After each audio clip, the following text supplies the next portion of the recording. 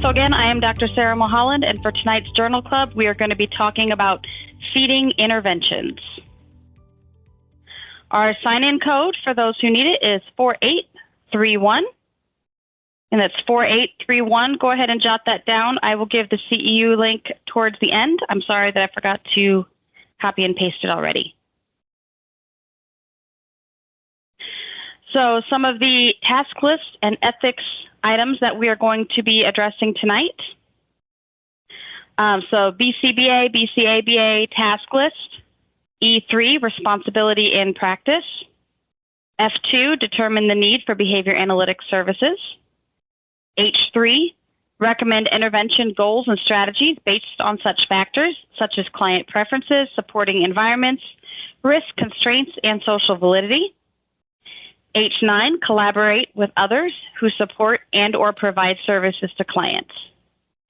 RBT task list. C5, implement naturalistic teaching procedures. C9, implement prompt and prompt fading procedures. D4, implement differential reinforcement procedures. And D5, implement extinction procedures. From the ethics code, 1.05, practicing within scope of competence. 2.01, providing effective treatment, and 2.10, collaborating with colleagues. So the first article we're going to discuss was the Tereshko, Wise, and Olive from 2021. This one was entitled Ethical Considerations of Behavioral Feeding Interventions. So this one really looked at the ethics of the interventions used and how to decide when to intervene and what interventions to use. So this article aimed to identify best practices for assessment and intervention specifically for feeding concerns. Really looked at those with the autism spectrum disorder diagnosis because feeding concerns are very prevalent with persons with this diagnosis, especially in childhood. Also noted that when we're addressing feeding issues, a lot of ethical considerations come up. Also looked at interdisciplinary collaboration as a key to intervention. So one thing you have probably found is that there are a lot of provider types that look at feeding considerations. So working as an interdisciplinary team is essential. Also noted there are a lot of theories and approaches that are utilized across disciplines. Also noted that each discipline has a different norm for addressing feeding issues. So overall goal of this article was to provide a guide for ABA professionals when addressing feeding needs. Before we go much further, just in the chat, I know that this is an area that a lot of people had requested to be discussed. So in the chat, just note a couple of things that you hope to learn regarding feeding interventions. Some things that maybe you hope these articles address. Safety precautions, yep. A lot of those can come up. Caregiver training related to feeding interventions, for sure. That's going to be addressed too. Awesome. If any others want to put something in the chat, I'll be checking periodically. So the first area of considerations addressed in this article was medical considerations. So medical considerations, this goes along with safety concerns. So they found that there's a higher prevalence of gastrointestinal issues in persons with the ASD diagnosis. You've probably heard a lot of discussion about the brain-gut connection that is talked about in many circles, and there is something to that. So the research found that gastrointestinal concerns are fairly common with persons with autism spectrum disorder. Other medical considerations that can affect feeding are things such as cleft lip and tongue tie. Usually the tongue tie and even cleft lip is diagnosed earlier on in early development, but sometimes does go unnoticed. Another big concern, especially related to safety, is dysphagia, which is swallowing problems. Sometimes these issues with feeding aren't necessarily that the kids are refusing the food because of texture or taste or anything, it might be because they can't swallow it well. Interestingly, this article also discussed chronic voice disorders as something that affected feeding. I don't know about the rest of you, but that's not something that I really thought of as connected to feeding, but that was another area. Undiagnosed allergens. So one thing that was discussed in this article is sometimes aversions to food is actually because they have an allergy to it, and maybe nobody knows that yet. Then effects of the current intake on long and short-term health, really looking at the feeding issues that are happening now. Are they affecting the health or not? Because sometimes it might just be that there are certain foods that they don't like, and that's okay. But is the issue actually affecting their health to the point that we need to intervene? There are also some non-medical considerations to be considered. First of all is other mental and behavioral health diagnoses. So of course we know about autism. ADHD and OCD are a couple more that were addressed that could be affecting feeding. ADHD, it could be that they just can't focus long enough to eat, or they do have certain aversions. Could be related to different textures or OCD especially, like not wanting the foods to touch or not wanting foods to mix. A lot of non-medical diagnoses can affect feeding patterns. Also, we need to look at there are other therapies that are involved, likely for these children who are having feeding concerns. They might be involved in speech therapy, occupational therapy. They might have a nutritionist. They might be involved in physical therapy. All of these other disciplines could be addressing feeding issues as well, and therefore need to be a consideration if we're trying to address feeding issues in ABA. So with that, we need to talk about collaboration. So this article talked about different disciplines that are involved. So the first was speech language pathologists, probably the one that we've seen the most when we're working with kids who have feeding concerns. And each of these disciplines have different ways or different areas of expertise in addressing feeding issues. So the speech language pathologist is likely going to identify if there are swallowing concerns and ask for a medical professional to look into that if they see it. They're also going to be assessing the child's oral motor feeding skills. So basically, what are the motor functions that they need and how well are they doing that with being able to feed themselves? They're also going to look at the structure of the mouth and just overall oral function. They're going to be more likely to identify if there's something maybe like a tongue tie happening, because they're going to notice that because they're specifically trained to look for things like this. Next, we have our occupational therapists. You probably see these a lot in school, working on feeding concerns. They're also going to look at those oral motor skills. They're also going to look at seating and positioning. So how is the child sitting when they're trying to eat? Or are they positioned in a way that maybe doesn't allow them to digest well? They're also going to look at self-feeding skills. The occupational therapist is the one who's going to recommend things like maybe a weighted spoon or a different plate or something like that so that they can become more independent while eating. Next is the nutritionist, especially the children who are diagnosed with failure to thrive or some other issue that means their feeding concerns are affecting their development. There's going to be a nutritionist involved. The nutritionist is going to identify foods that maybe we should avoid or target in feeding therapy. They're more likely to pick up on potential sensitivities or allergies that maybe haven't been diagnosed yet. And they're going to do an overall nutritional assessment to identify what are the deficits for this child that we need to be focusing on. And then we have, of course, the medical professional. Medical professional, of course, is going to identify or rule out medical diagnoses that are affecting this. They're also going to make sure that any medical diagnoses that are present are being treated and that the feeding interventions are not jeopardizing those in any way. And then finally, we have the parents and the caregivers.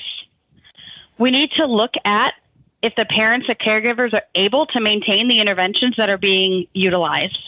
Need to make sure that they understand the plan and that the plan that we're giving them is actually feasible given their schedules, abilities, and comfort levels.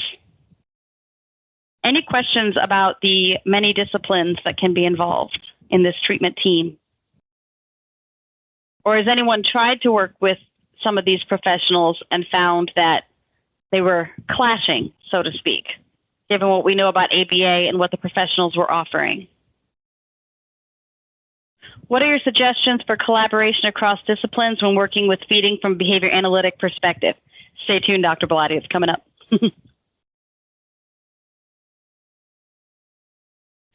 So sometimes collaboration doesn't seem like it's working out very well.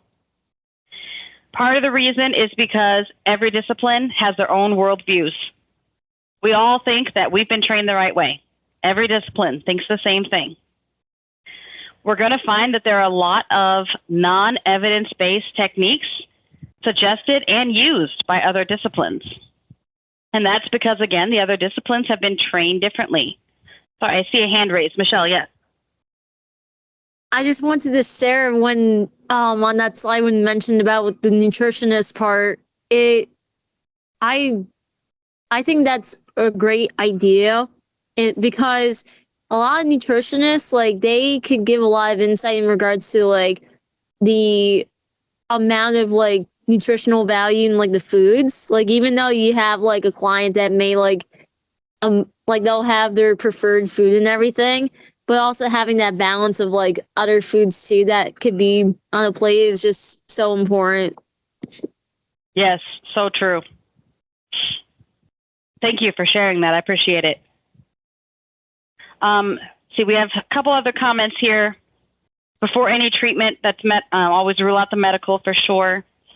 When people casually refer to a feeding therapist, are there any other disciplines? So yeah, it's interesting when they say a feeding therapist or feeding therapy. So that's not an official discipline listed in this article at all. It's more the speech language pathologist who is addressing feeding specifically. So there should be multiple disciplines involved whenever possible. But so, like I said, in here, not all those suggested interventions are going to be evidence-based. A big one you're going to see used by the speech language pathologists, occupational therapists, and possibly some others is some type of sensory integration technique because of theories of sensory aversion being part of food refusal. So as behavior analysts, our job and our code of ethics says that we have to employ evidence-based practices. Also says we have to collaborate with a team. So sometimes in such a situation like this, that can be a little difficult. We have to remember, just because a practice is not evidence-based doesn't mean it's harmful. So we have to kind of pick and choose how we're going to address this, and some decision trees and stuff are coming up to be able to help with that. Always remember that each discipline you're working with feels like they have had, quote, the right training. We feel that way, the speech language pathologists feel that way, the occupational therapists feel that way. We all feel like we know our job, and we do. Our jobs were taught from different perspectives, and that's where that clash comes in sometimes. So then we really need to think about, how do we work in collaboration with a discipline that's not using an evidence-based practice? EBP is just for evidence-based practice. So on the next slide, we actually have a decision tree to help you decide whether or not to object to that or kind of work with it within your own scope. So I like this decision tree a lot. This is right out of the article.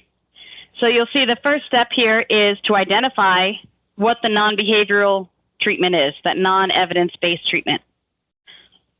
Figure out, is the client's safety at risk as a result of this treatment?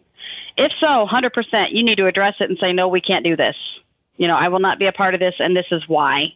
And be informing not only the providers, but the caregivers of why it's a safety risk. If it's not, then the next step is, are you familiar with the treatment? If you're not, it says to familiarize yourself and reassess client safety. So learn about it, figure out where they're coming from, and then think about it again. Is there a safety risk involved? If you do know the treatment, or after you have learned about it, then you go to the next part. Is treatment success possible when translated into behavioral principles? can we look at this treatment and look at it from a behavior analytic lens and it still makes sense? If so, then you go right to, you're not going to challenge the treatment. You're going to look at it from behavior analytic principles. If not, then you determine, will the treatment negatively interfere with the goals of the client? So is allowing this treatment to continue going to keep the client from meeting their goals? If not, again, we go down to, we're not going to say, no, you can't do that. We're going to proceed with what we're doing and still working as part of the team. If it does potentially interfere, then you're going to look at that checklist for analyzing proposed treatments, or CAPT. There's 6 domains in there that we analyze to determine how, if this is truly going to negatively affect, is it possible for it to be helpful? After that analysis, we look at, are the impacts to the client sufficient to justify compromising that professional relationship? So is there enough of a concern that we're going to address this and possibly not be able to work with that team or that team member as a result? If so, then yes, we're still addressing it and saying, you know what, I can't be a part of this. You know, I can't work with you or work with the client if this is happening. If not, again, we're still working as a team. You can say, you know what, I don't feel comfortable with that. However, I also understand that it's not doing any harm. So here's what I'm doing to approach, and hopefully we can still work together. So it is important to remember when we're using this that some non-evidence-based practices are harmful. And if they are, then we do need to address that 100%. That is in our ethics code, just in our code as being human beings. Some non-evidence-based practices are benign. They're not helpful, they're not harmful, just let it go. There are some evidence-based practices that may appear helpful. So we're really deciding, is it worth clashing with the rest of the treatment team? Just because it's not something we're familiar with doesn't automatically make it wrong. I love decision trees too, Donna. So basically we use this decision tree to determine if the intervention if we need to block that non-evidence-based practice or not. All right, so when working with non-evidence-based practices, so we've used the decision tree, we've determined that we don't need to clash over what's being suggested, it's not doing any harm, it's not getting in the way of goals. We need to acknowledge that everybody that's part of this team is working in the client's best interest. We all have that client's best interest at heart. We may not always agree on the best way to do that. That doesn't mean that anybody is wrong, per se. We do need to do our due diligence, look into what that non-evidence-based practice is, and when we do need to inform a caregiver or someone of the practice not being evidence-based, we need to be tactful about it. So it's okay to tell somebody, you know what, the sensory integration, there's really not research supporting it, but if you feel comfortable with it, you let us know, you know, because that's what the occupational therapist or the speech language pathologist is doing. You don't go in there and tell the caregiver they're wrong and I'm right. You can say, you know what, there's not a whole lot of evidence supporting that, so that's just not the way that I choose to do my part of the treatment. Interestingly, there was a study in 2010 that found 70% of children with autism spectrum disorder tend to choose food based on texture, which is what fuels that desire to use some type of sensory integration because they've identified a sensory-related problem. The research on the sensory integration has found that it doesn't really help or hinder the progress when combined with ABA approaches. There were a couple of studies that found a slight, quote, enhancement to the treatment. So they did find some benefits to using this, but not enough to say that it really affected results. When we look at the non-evidence-based practices, we are able to find in a lot of them some valid ABA components, which helps us conceptualize it from a behavior analytic standpoint. For example, offering a preferred food or a preferred texture prior to a target could be a form of antecedent manipulation. There are processes of shaping and fading issues with food consistencies. Maybe they're using these sensory approaches to shape the child's response to a certain texture. We also need to look at using fading practices. So there are some fading practices that are used to help the child increase fluid consumption, according to some of the studies. We also are constantly shaping tolerance to new textures in food. So we can look at some of these approaches and find behavior analytic value in them. Overall, though, we are behavior analysts. We stick to the science. Number one, you're always going to look to find the function. That's going to be the first thing that you look for when addressing a feeding issue. What is the function of whatever the related behavior is, whether it be refusal or eating too much, eating too little? What is the function? You're going to use a behavior analytic approach. You're going to use direct and indirect assessments. You're going to use behavior analytic terms to conceptualize whatever intervention you are choosing. A pretty popular one that this article talked about, both of them did actually, is escape extinction. So they talked about it in the form of non-removal of spoon, non-removal of the food offered despite behavior occurring. And then, of course, the procedure ends when they accept the food. While this was found to be effective long-term, it was also found to be prone to issues of extinction bursts. There were also a lot of problems with caregiver follow-through. Caregivers struggled to see their children struggling with being offered this food and it not being taken away and them having those behaviors, and therefore they weren't able to follow through and do it themselves. So other ways of looking at this, positive reinforcement, like we use in so many other things. Differential reinforcement procedures.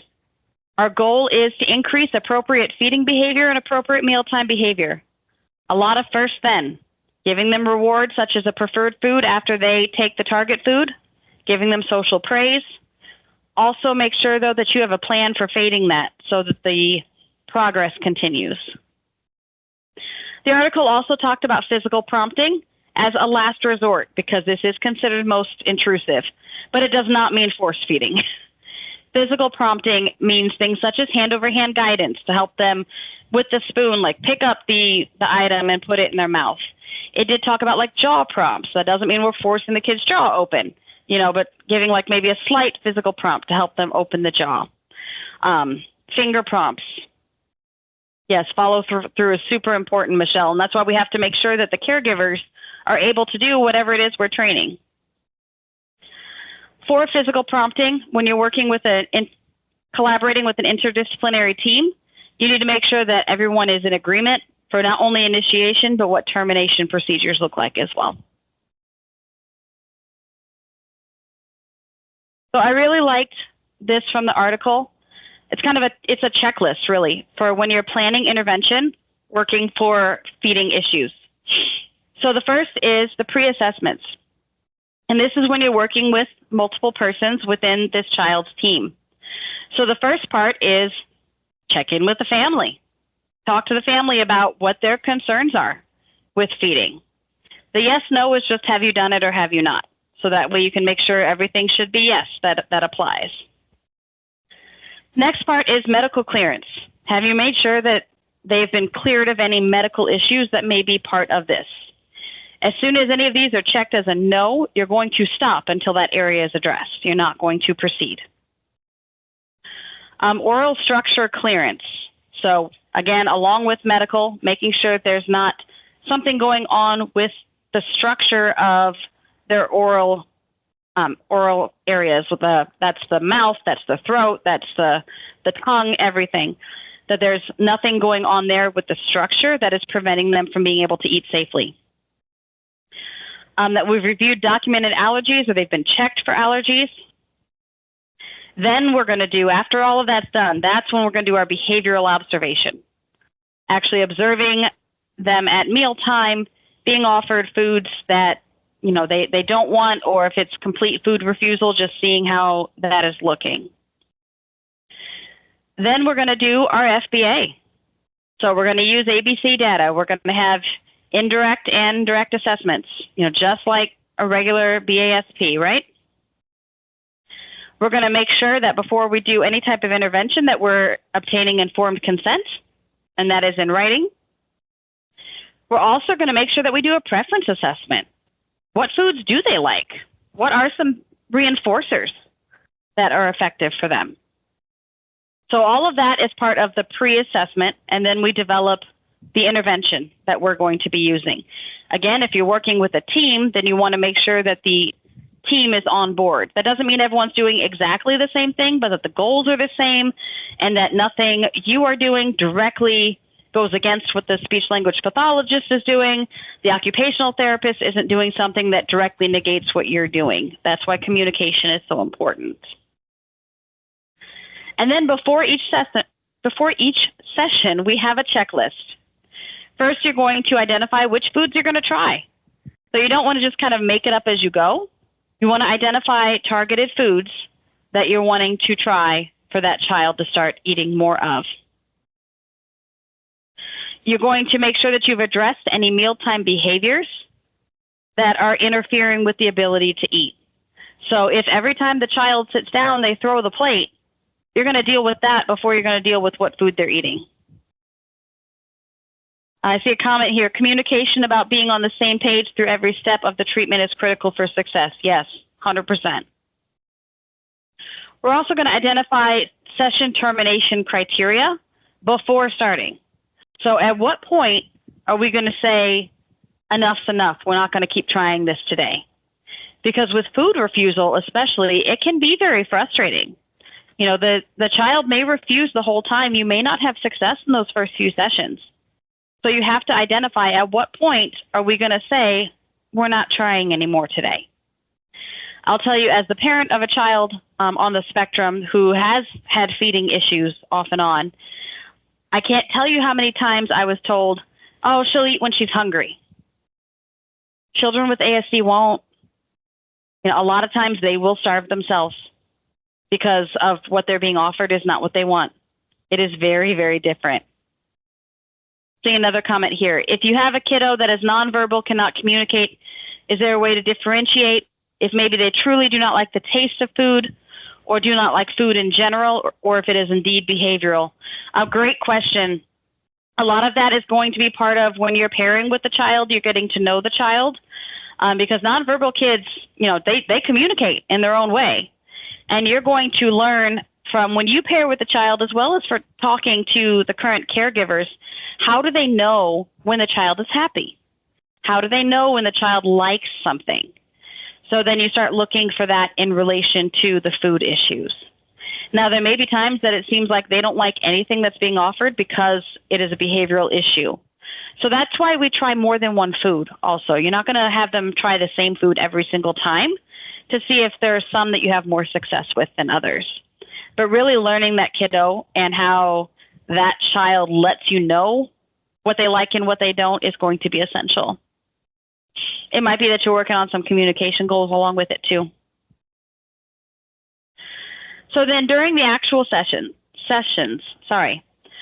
preference assessments. So this isn't a one and done.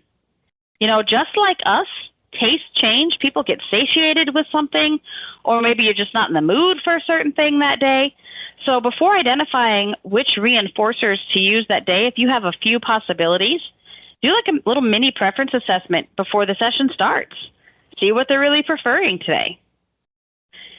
Make sure you arrange the environment for safe seating so that where they're sitting isn't something that if they get mad and lean backwards real quick, they're going to fall down.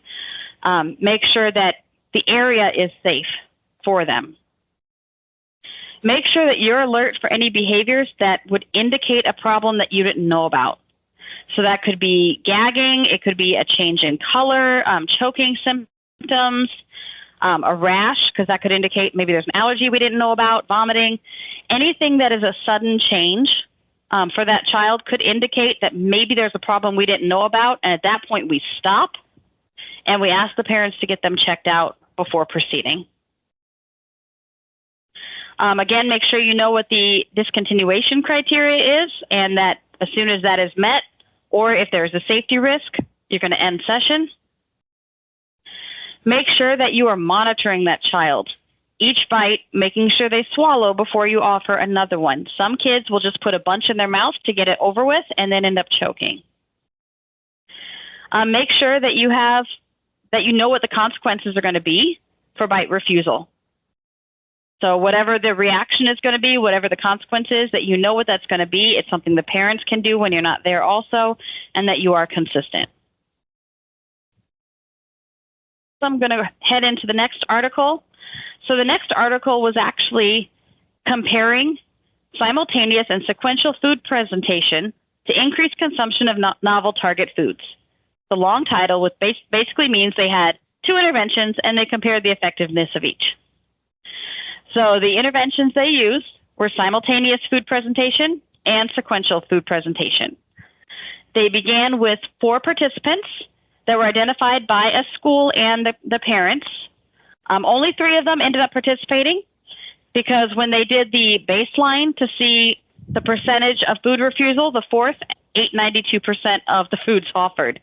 So apparently didn't have quite the issues that they thought that one did. One thing they found prior to doing this study is the majority of actual experimental feeding intervention literature out there had been done in clinic settings. There was a deficit of natural environment settings. So that was their goal here. So they were doing it in the school that the children attended. It was a school specifically for children with autism. Overall results, 2 of the 3 participants did increase their food consumption, and we're going to go over how that went here in a moment. So the first one is simultaneous presentation. Just like it sounds like, 2 foods were offered at the same time. So they would identify a preferred food and a non-preferred food. The non-preferred food was considered target. They would ensure that they were able to combine the 2 foods so that they could actually present them together as one bite. So some examples used were ranch and celery, so dipping the celery in the ranch, yogurt and fruit, eggs and meat. In this case, it was salami. But what do you think about these last couple? Popcorn and kale chips, goldfish cracker, and sweet potato. So the popcorn and the goldfish crackers were the preferred ones. How do you think they might have combined the popcorn with the kale chip and the goldfish with the sweet potato? It's pretty ingenious. Popcorn and kale, salty and crunchy. Yeah, so they go together. The interesting thing was they're trying to make it all into one bite. Yeah, goldfish and sweet potatoes are both orange for sure. So the way that they combined these is they broke off pieces of the kale chip and inserted them into the folds of a popcorn kernel. And then a popped popcorn kernel, of course.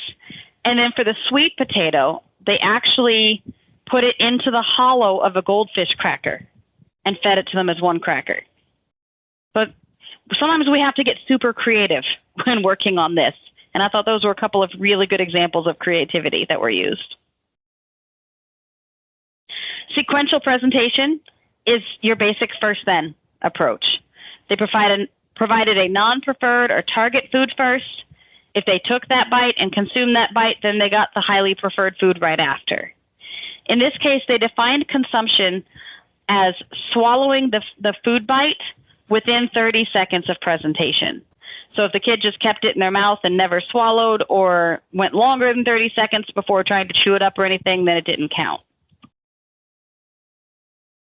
So basic first then.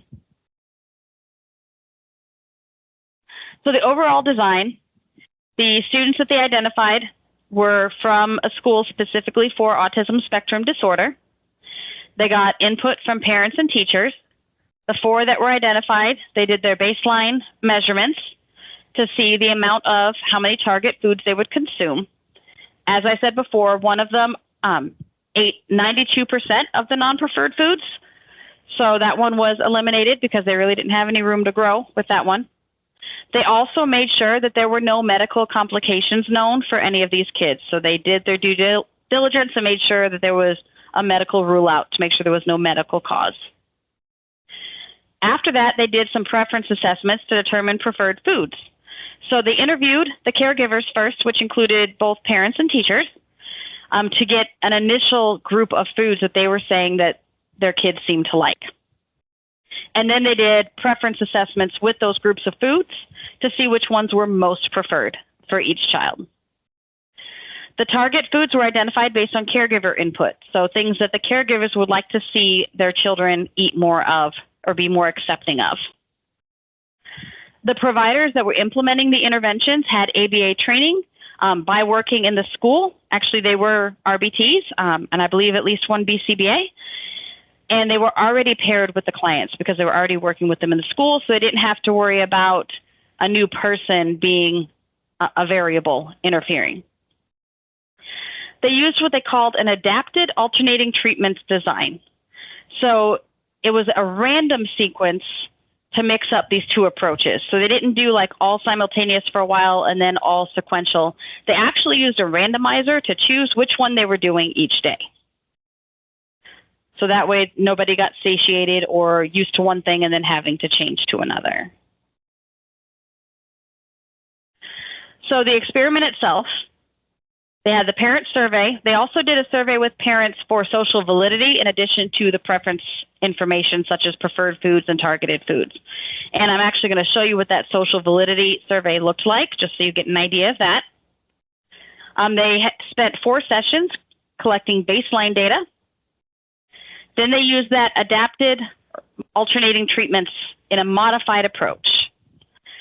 One participant of the 3 was eliminated because they had no progress by session 19. It had actually gone down to complete refusal of the foods, no matter which way was approached. And of course, they didn't want to do harm by making the food refusal worse. So that one was no longer part of this treatment. So then they were down to 2 that were left. Because they used that randomizer, it was not a true 50-50 comparison. What I mean by that is there was not an equal number of each approach, the sequential and the simultaneous. So that is a limitation. But basically, it was a modified ABC-BC approach. Once they had clear progress with one particular approach over the other, then they stuck with the approach that seemed most successful for several more sessions just to confirm that that was truly working.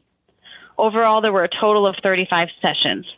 One thing that was important to note is they did not use any type of escape extinction procedure. They noted that is a popular approach, and they decided not to use that to see if they could have positive results without having to employ that tends to trigger additional behaviors. So this is the social validity testing. So they just did a real brief survey, had the parents rate on a Likert scale, 1 to 7, 1 being strongly disagree, 7 being strongly agree. And they just asked how they felt about these questions. A wider variety of foods is important. I think it's an important skill for my child to have. I think the procedures used are acceptable. And I believe this intervention made positive changes. So of course that one was something that they asked about the end, but they were making sure that the social validity was met. This is an example of the preference assessments that they did, so they could choose the correct reinforcers for the children. So you'll see one child here really liked the Tostitos, and apples were a close second. Supreme pizza, then goldfish, then cheese pizza. Looks like mom and dad said they like toast, but doesn't seem to be the case when they were doing the preference assessment. We have another one here, really like chips and Cheetos, popcorn and salami, a little bit of yogurt, not so much toast. This one at the bottom is the one that ended up not having any progress at all and went down to 0. And you can see even in the preference assessment was refusing 4 of the 6 identified foods that were considered to be preferential, which makes you wonder if there was something else going on with that child. This is a graph of the results. So as noted before, we had the one who did not make any progress and therefore it was discontinued. So the top 2 here are the ones that finished the entire trial. So both of the remaining participants showed more progress with the sequential presentation as opposed to the simultaneous presentation. This was a bit of a surprise to the researchers because a lot of the clinic results had shown simultaneous presentation as more effective. And I talked before about already how other studies had been in clinic or hospital settings, and therefore they were applying this to a more natural environment setting. So you can see after they identified sequential as being more effective for each of these, then they did a few sessions of only sequential in a row just to make sure it was still effective, and it was. So putting all this research together, what have we learned that can be helpful for us? First of all, that we have to collaborate. Collaboration is essential. Hopefully, we've learned that there are a lot of different approaches to feeding interventions and that it is possible to work together, even if we don't always agree. We've discussed escape extinction as a popular approach, but also has some significant limitations, such as triggering extinction bursts or other possibly even new behaviors. Also being very difficult for parents and caregivers to follow through on when we're not there. We've discussed that non-evidence-based practices from other disciplines are not always deal breakers. Doesn't mean that we have to say, nope, not part of this team. That there are ways that we can collaborate with them while still being true to the science. And then we've discussed an experiment of 2 interventions without escape extinction and seen that it is possible. I'll go ahead and give you the sign-out code. Sign-out code is 1384. Any guidance on kids who choose food by color, texture, helping them branch out, white diet, or only choosing orange foods? So you definitely could use some of the, either the sequential or the simultaneous presentations for sure with that as well. So, they get the orange food after they take a bite of, a green food, or putting it in, the green inside the orange food, whenever possible, so that they get both tastes, and then eventually fading that so you're able to space it out. So definitely could use some of those approaches, 100%. Yes, Patrick. So Patrick said, like that we mentioned, we all feel like that our training is the right one or best one. Do you think that is why some of us more experienced workers are sometimes surprised when we learn new things? Yes, 100%. There have been many times that someone will suggest something and I'm like, never thought about that. Look at that work. I'll say for myself, being trained in 2 disciplines, there are times that, I have to consider, am I using my BCBA brain or am I using my LPC brain? And a lot of times they work together, but sometimes not so much, and I have to make sure to separate that out. Donna, I'm thinking a bit about more about your question also. You can also identify if they're doing things like only certain colors of foods. Do they have issues with wanting other things to be the same color also? And if so, can we generalize that? So maybe they only color with the orange crayon for some reason, so helping them branch out in that way as well. Identifying is that narrow focus restricted to just the food or not? Good night. Thank you for coming.